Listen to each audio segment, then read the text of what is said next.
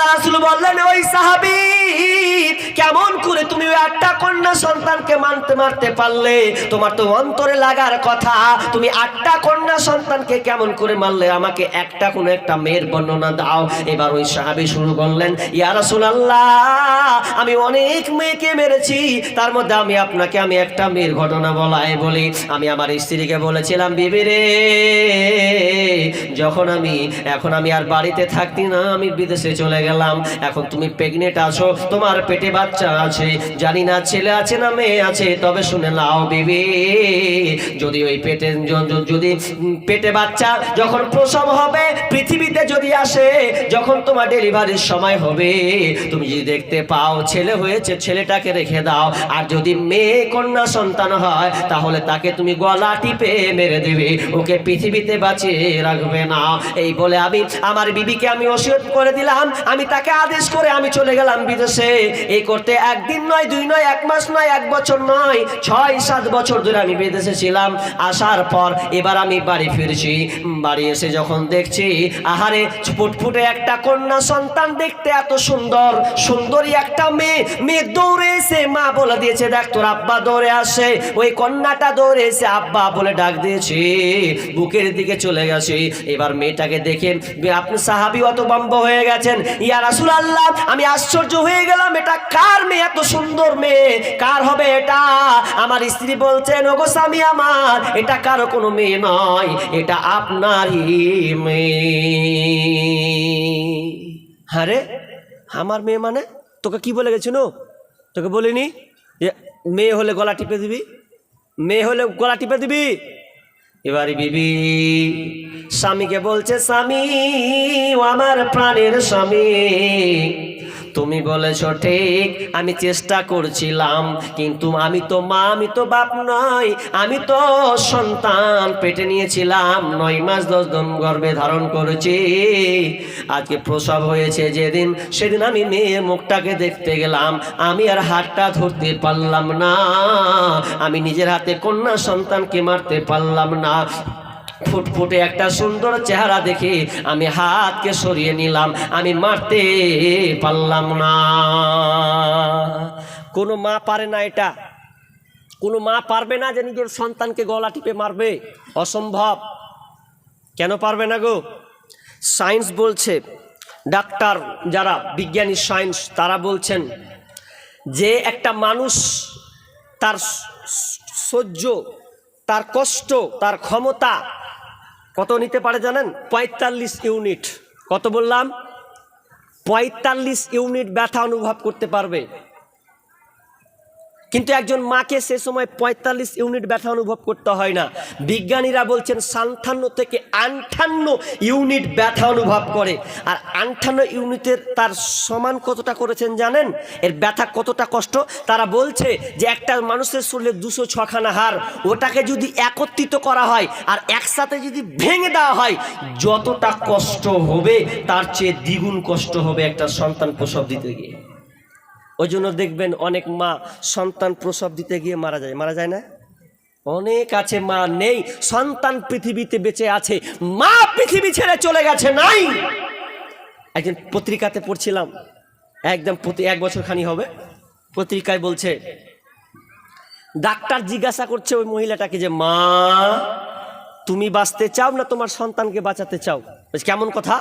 বলছে হ্যাঁ, এমন সিরিয়াসলি হয়ে গেছে, এমন পর্যায়ে চলে গেছে যে না হয় তুমি বাঁচলে তোমার সন্তান মরবে, আর তোমার সন্তান বাঁচলে তুমি মরবে। এবার তুমি কি রায় দিচ্ছ বলো?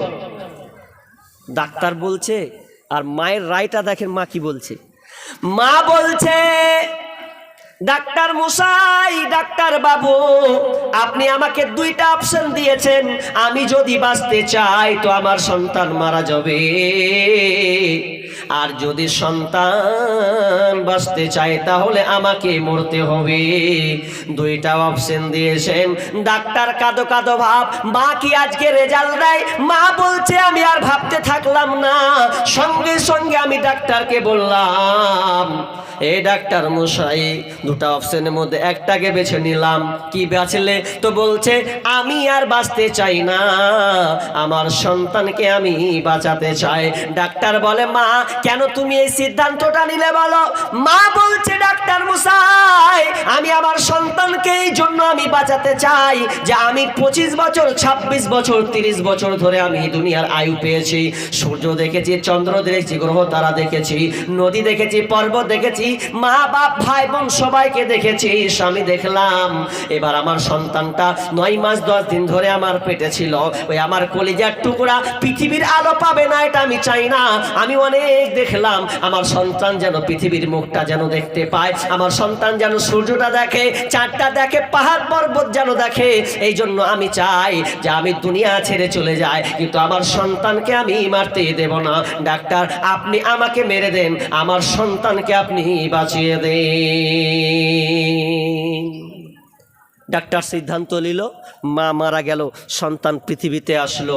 তাহলে মা কেমন করে ওই টুটি চিপে গোলা টিপে সন্তানকে মারবে? স্ত্রী বলছে স্বামী আমি পারলাম না আপনার সন্তানকে মারতে, আমার খুব মায়া হলো, এই দেখো তোমার সন্তান, এই মেয়ে কন্যা সন্তান বড় হয়ে গেছে, 6-7 বছর হয়ে গেল, হলো না। এবার আমি কি করলাম? সিদ্ধান্ত নিলাম আমার মেয়ে বড় হলো, আমিও আস্তে আস্তে ভুলতে শুরু করলাম। কিন্তু যখন আমি পাড়ায় চলতাম, রাস্তাতে চলতাম, তখন সবাই বলতো রে দেখ দেখ তোর মেয়ে কন্যা সন্তান হয়েছে, এই কন্যা সন্তান তোকে লাঞ্ছনা দিবে, গঞ্জনা দেবে, কত ছেলে প্রবেশ করতে আসবে, কত আপনার কিনা কুপ্রস্তাব দিবে, তোর মেয়ে পরে ঝি খাটবে। সবাই তাকে যখন গঞ্জনা দিতে লাগলো, ওই সাহাবী বলছেন ইয়া রাসূলুল্লাহ আমাকে আর ভালো লাগলো না, আমি কি করলাম? ওই জাহিলিয়াতের উপকরণ যেই রকম পরিস্থিতি সেই রকম আমি একটা সিদ্ধান্ত নিয়ে নিলাম যে আমার বিবিকে বললাম বিবি রে আমার এই সন্তানকে সুন্দর করে তুমি সাজিয়ে দাও। আর সাজিয়ে দেওয়ার পরে আমি মা স্ত্রী সুন্দর করে সাজিয়ে দিল, আমি ওই কন্যা সন্তানকে আমি নিয়ে চলে গেলাম অনেক দূরে বেড়াতে নিয়ে যাব বলে, মিথ্যা কথা বলে আমি তাকে নিয়ে চলে গেলাম। যেতে যেতে যেতে যেতে ইয়া রাসূলুল্লাহ মরু প্রান্তরের দিকে আমি চলে গেলাম, ওই মেয়েকে আমি মরু প্রান্তরে নিয়ে চলে গেলাম। নিয়ে যাওয়ার পর ছোট আমার মেয়ে 7 বছর 8 বছরের কন্যা, আমরা দুজন মিলে গর্ত খনন করতে লাগলাম।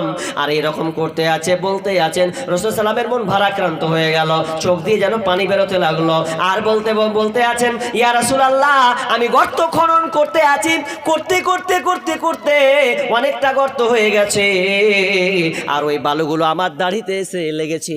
আর আমার কন্যা ফুটফুটে সন্তান ছোট ছোট কচি হাতে আমার দাড়িগুলোকে ঝেড়ে দিচ্ছে, আব্বা আপনার দাড়িতে বালি লেগে গেছে গো আব্বা। আমি আমার কন্যা সন্তান সুন্দর করে ছোট ছোট হাত দিয়ে আমার দাড়িগুলোকে ঝাড়তে আসি, আর আমার অন্তরটা কিন্তু ফাটছে, আমি কিছু করতে পারছি না। যখন আস্তে আস্তে আস্তে গর্তটা পুরো খনন হয়ে গেছে, আর খনন হতে হতে হতে অনেকটা গভীর যখন হয়ে গেছে ফেলে যাওয়ার মতন, এবার তখন এক সঙ্গে